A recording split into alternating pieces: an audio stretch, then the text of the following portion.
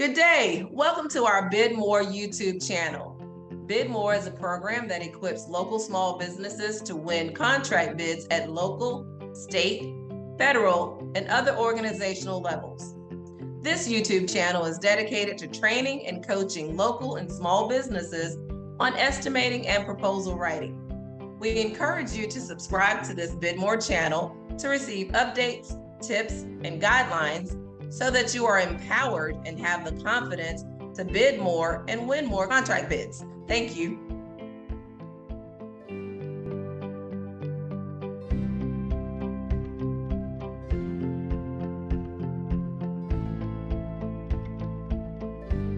The topic of this Bid More session is Reading Bid Requirements by Terry Kelly. We appreciate Terry Kelly for generously sharing her knowledge, experiences, insights, and practical tips to empower local small businesses to bid more and win more. Enjoy the presentation.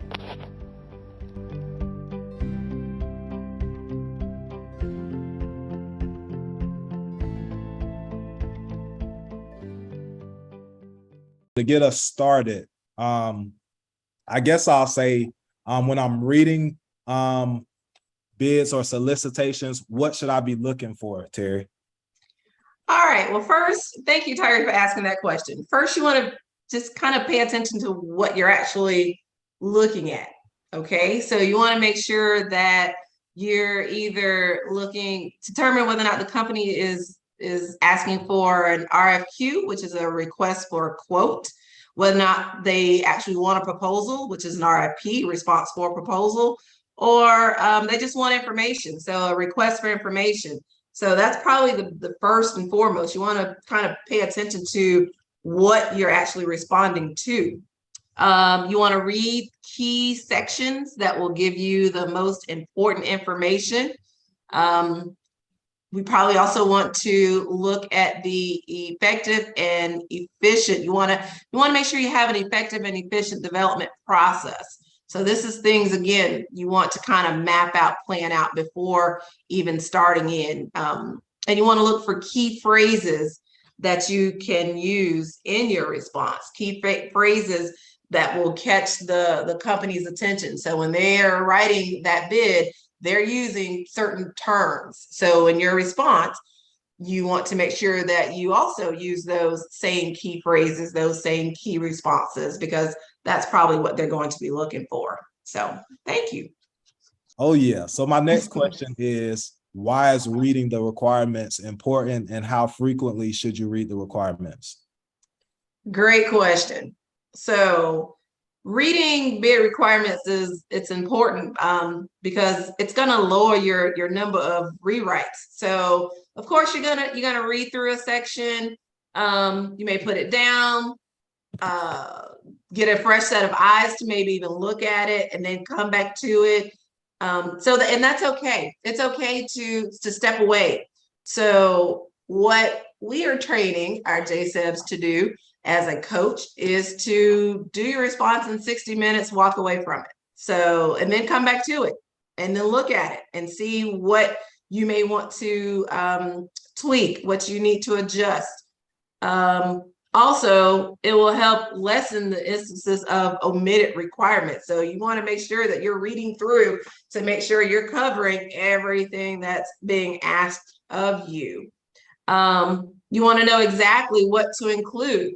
So of course you want to promote your company. You want to, say all of the wonderful things that you can do to meet the expectations, but you don't want to omit something. And reading through, also make sure you can determine if your company can meet the requirements, as Alex mentioned before with some of the certifications or qualifications that are required. You want to make sure you kind of skim through that to make sure that you have the particular license that the solicitation is calling for. You want to make sure that you're able to meet all of their requirements. And something that I omitted to say before was, yes, big proponent. You want to read, but you don't want to necessarily read this like a book. You don't want to read from beginning to end, straight through. You can skim through first, looking at those important sections. and then you can read through later. But you want to kind of skim through, and we're going to talk about that in a few seconds, to kind of hit those key areas, that key information of what you need to look for when reading through your reading through a bid. And how many times? Let me go back to that. How many times? You take as many times as you need. So you read as many times as possible to make sure that you understand and to comply with the response. So you want to be able to make sure that you, even after you looked at it, and maybe if you want a team member, like I mentioned before, a team member who might be analytical, to be able to read over the requirements to make sure that it's something that your company is able to do. So you read it as many times as needed to make sure that you understand it. All right. So my last question for you, Ms. Terry. Solicitations can be extremely long. And I already told you my old mindset was I don't like to read, I'll skim. So being that solicitations can be extremely long, what sections do you suggest I start with? Fantastic question. And I appreciate your honesty. All right. So generally for government contracts, you want to focus on reading the sections that deal with like the statement of work, the instructions to the offerer, and the evaluation. So I shared 7 tips for reading bid requirements. And again, these are the areas that you kind of want to look at probably first. These are the areas that you're going to skim to try to find first, because it's going to make the determination as to whether or not your company is qualified, whether or not it's something that you actually want to pursue. So you want to look for key dates, one of the most important sections, because looking for the proposal date, looking for the deadline for questions and will they be posted, and maybe the date of any pre-bid meetings. So you want to pay close attention to that, because if the bid ends 2 days later, well, are you going to have enough adequate time to prepare a response? So you want to pay attention to the due date. Look at the project description. It also can be called the project overview or summary or a scope of work. It's going to detail the work that needs to be provided. This is where you're going to learn if your company is capable of supporting the contract, and if the scope is, and the scope and what it's required. So this is kind of going to give you an idea of what the expectations are. And again, you make that judgment as to whether or not your company will be able to meet the requirements. Look at the evaluation or rubric criteria. So not every RFP has an evaluation criteria listed. However, if it does, you want to make sure you pay close attention to it and how you'll be evaluated. Reviewing this evaluation criteria can help you create a strategy of how to present the best you for this project. I mentioned before about using key phrases and key words. Well, knowing what that evaluation is, you are absolutely going to need to know what you're going to be graded on, checked on. What are they looking for? What are you going to be evaluated on? Look for the submission details. Every RFP will describe how you should submit the response. Could be a physical copy or copies. They may want more than one copy. Or it may be electronic, and it could be electronic by a certain time. And if that's the case, you may want to do some test shots, do some testing with the portal earlier to make sure that there are no issues. True story here. So just really quickly, I had attempted to respond to a bid. This was before I knew about my wonderful 7 tips to try to win a bid. And I waited till the last minute. So sometimes I sit in that land of procrastination. And I waited till the last minute to respond to this bid. And it was electronically. And I had trouble with the actual site of trying to upload all of my documents. So needless to say, it was due at 2 o'clock. At 2:05, I'm still trying to submit all of my documents. I'll let you give one good guess as to whether or not I won that proposal. So lesson learned, make sure you practice early. Do not be a last minute Sally trying to get things done. That's just my little tip there. Moving on. So Look for the proposal format. Some RFPs will have an outline with specific formats that you should use. Always follow the format exactly as provided. Why do you want to do this?